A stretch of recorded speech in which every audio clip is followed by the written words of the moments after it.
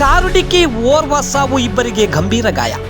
ಹೆದ್ದಾರಿ ಸಮೀಪ ಇರುವ ಶೌಚಾಲಯಕ್ಕೆ ಹೋಗಿ ವಾಪಸ್ ಬರ್ತಿದ್ದ ವ್ಯಕ್ತಿಗೆ ಹಿಂಬದಿಯಿಂದ ಕಾರು ಡಿಕ್ಕಿಯಾದ ಪರಿಣಾಮ ಓರ್ವ ಸ್ಥಳದಲ್ಲೇ ಮೃತಪಟ್ಟಿದ್ದು, ಕಾರಿನಲ್ಲಿದ್ದ ಇಬ್ಬರಿಗೆ ಗಾಯಗಳಾಗಿರುವಂತಹ ಘಟನೆ ನಡೆದಿದೆ.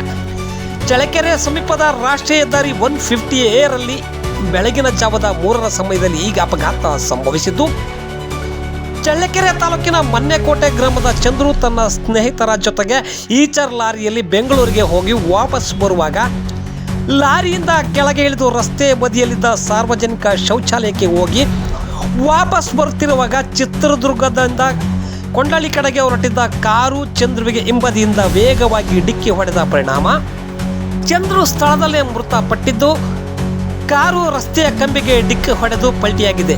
ಕಾರಿನಲ್ಲಿದ್ದ ಚಾಲಕ ಕೊಂಡಳಿಯ ಶಿವು ಹಾಗೂ ಅಜ್ಜಂಪುರ ತಾಲೂಕಿನ ಕಲ್ಲೇನಹಳ್ಳಿ ಗ್ರಾಮದ ಚಂದನ್, ಈ ಇಬ್ಬರಿಗೆ ಗಾಯಗಳಾಗಿದ್ದು ಇಬ್ಬರನ್ನು ಆಸ್ಪತ್ರೆಗೆ ದಾಖಲಿಸಲಾಗಿದೆ.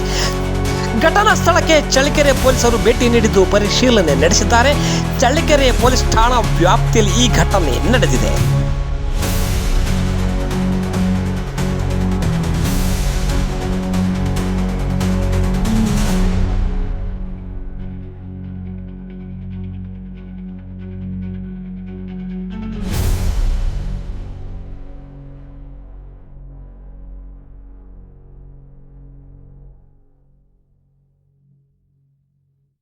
ಕಸದ ವಾಹನಕ್ಕೆ ಹಸಿ ಕಸ ಹಾಗೂ ಒಣ ಕಸವನ್ನು ಬೇರ್ಪಡಿಸಿ ಹಾಕಬೇಕು ಎಂದು ಸೂಚನೆ ನೀಡಿದರು.